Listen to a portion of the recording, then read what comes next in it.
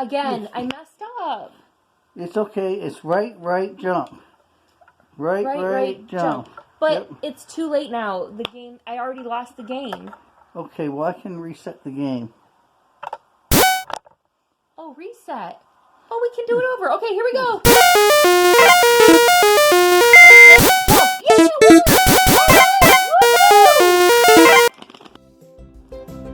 Hey, GL kids, welcome back. I'm glad to see you today. Well, you know, I'm not a great video game player, and I sure am glad that Mr. Keith is helping me. And when I messed up, he was able to do the reset button so I could try again. And we're going to be talking about reset again today because we all need a reset, and it's the new year, so what better time to hit the reset button? So, before we go on with our lesson, let's worship God together with music. Today's song is talking about a change and turning toward God. That's what we want to do with our hearts in this new year. So let's use our mouths to sing the words, our minds to think about the words, our hearts to tell God how much we mean them, and our bodies to do the motions because this song has great motions. Are you ready? Let's worship God together with music.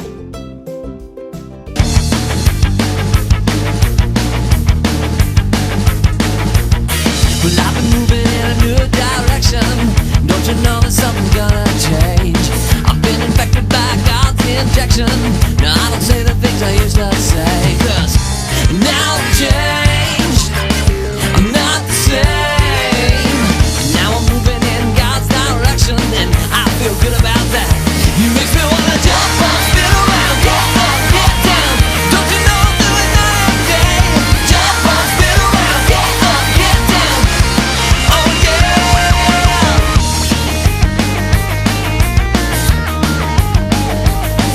Yeah. Well, I've been looking from a new perspective. My eyes are open now, what can I say?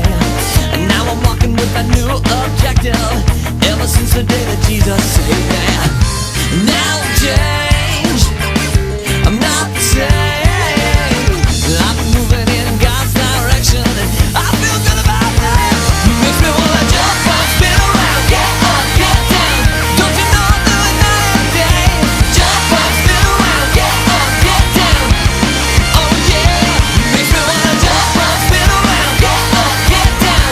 Don't you know I'm doing that every day? Jump up, spin around, get up, get down. Oh yeah.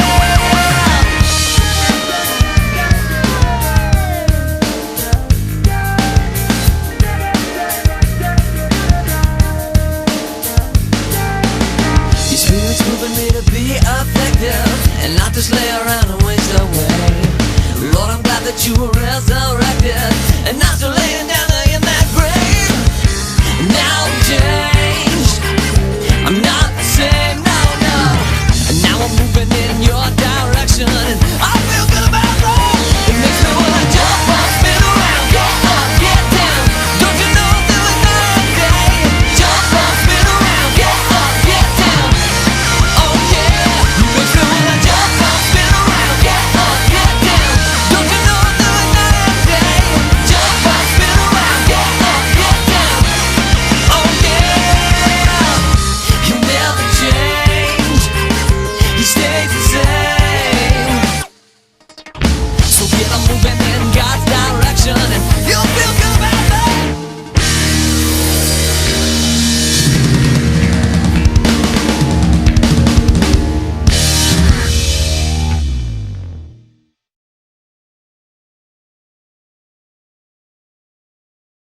Let's say our memory verse together. I will give my people hearts that are completely committed to me. I will give them a new spirit that is faithful to me. Ezekiel 11:19.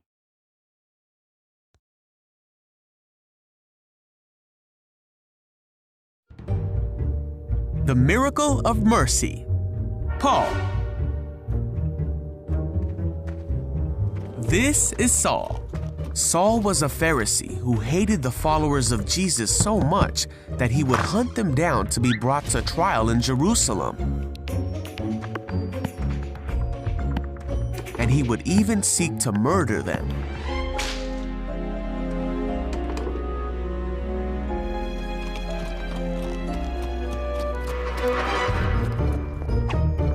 Saul was uttering threats with every breath, and he was eager to kill the Lord's followers. So he went to the high priest.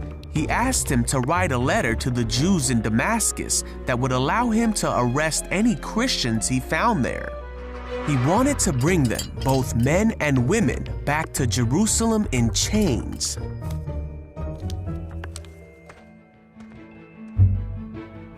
Now Saul went on his way, and as he came near Damascus, a light from heaven flashed around him, and he heard a voice that said, "Saul, Saul, why are you persecuting me?" Saul cried out, "Who are you, Lord?" And the voice said, "I am Jesus. Rise and go into the city, and you will be told what to do." So Saul got up and he opened his eyes, but he couldn't see anything. So the men who were with Saul led him into the city. After 3 days, a man named Ananias came to Saul. He put his hands on Saul, and immediately Saul could see again. And with that, Saul became a follower of Jesus. He became the very thing he had tried to hunt. And he immediately began telling people that Jesus is the Son of God, and he taught them about the mercy of God that he had received.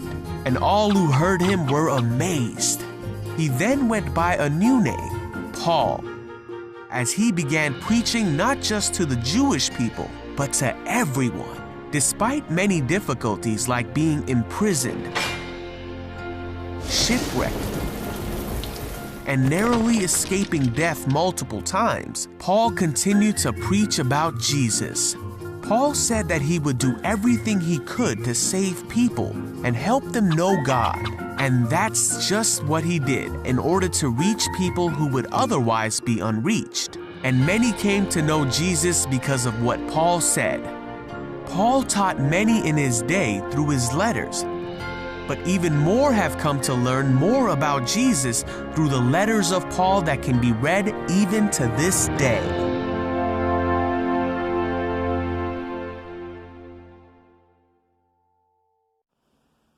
Today's true story was about Saul, or we call him Paul now, because when God changed his heart, he changed his name too, to show how much of a difference there was between the old Saul and the new Paul. You see, Saul was a really bad guy, but he didn't know it. He thought he was a good guy doing what he was supposed to. But Jesus stopped him and said, "Saul, what you're doing is wrong. Saul, why are you hurting me?" And Saul says, "I don't even know that I was hurting you." You see, Saul was persecuting, he was hurting Christians, thinking he was doing the right thing to stop people from being Christians and following Jesus. But Jesus spoke to him in a vision, and Saul was blinded when Jesus said, "Stop hurting me, Saul." And then Jesus sent a Christian to talk to Saul about the truth and who Jesus was. And Saul changed that day, and he became Paul, the great apostle, the person who went all over the world telling people about Jesus and writing letters and preaching sermons to draw thousands of people to follow Jesus. Paul had a reset. And if Paul can have a reset, we certainly get a reset. Paul was killing people, and Jesus gave him a reset. No matter what you've done, whether it's big or small, Jesus is ready to reset that heart of yours. Remember in our memory verse in Ezekiel 11:19, it says, "I will give my people hearts that are completely committed to me. I will give them a new spirit that is faithful to me." Have you ever done something and know that Jesus is not happy with it? Or maybe you just haven't been spending time with Jesus. Your heart has been on other things like video games or school or just whatever else you're busy with, and you forget that your heart needs to be mostly in love with Jesus and the other things are just second place. See, in Ezekiel, it says that God will give us a new heart if we ask. We get to reset our button. Our reset button is just as easy as saying, God, I am sorry. I am changing my ways and help me to do what you want me to do. It's that easy. Now, this new year isn't just going to happen by accident. We need to think about what we need to improve. Where do we need to reset our button? Maybe I need a reset button because I need to read my Bible every day and I haven't been doing it. Or maybe I need to hit my reset button so that I can make sure that every day I pray and spend time with God. Maybe I need to reset my reset button because I haven't been giving like I should, and I need to remember to save my money in my BGMC box or bring my offering to church because God asks me to. Those are all things that we can do to reset our hearts and be closer to God, renew our love for Jesus. We have a project today to help us hit the reset button. We can't just hope and guess that we're going to do better this year. If this is when we're hitting our reset button, we need to plan and say, this is what I'm going to do, and write it down so we can follow along. So I made myself a reset board for 2020. Look at my board. And you can make yours any way you want. You can put it on a big sheet of paper, a poster board, maybe you have a bulletin board at home. I use stickers. You could use a magazine and cut out pictures or draw pictures. If you're not good at writing, you could have mom or dad help you, or you could just draw a picture so you know what you're thinking about. I want to show you mine. I have 2020 at the top because I want to remember this is what I want to do this year. I chose one word that's going to help me remember what I want to do this year, and that word is obedience. I want to be obedient to God. I want to remember what God says, and I want to do it. I have a verse, actually I have a whole chapter, not just a verse, Psalm 121, that I want to read every single day to remember that God takes care of me, and I want to memorize this whole chapter by the end of the year.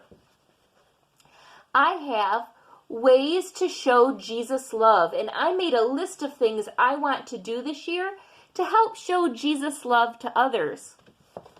I have a circle here that says people to pray for, and I made a list of all these people that I want to pray for every single day. Your name might be on here too. And then I have this pyramid. I decided to do a pyramid. I don't know why, because I thought it looked cool. And I wrote goals. Goals that I want to accomplish this year. What are some things I want to say at the end of the year? I can check these off. I have done them. I read the entire Bible. I keep a thankful journal. What else? I eat more healthy. There's a bunch of stuff. You can put whatever you decide you want to do this next year to hit your reset button.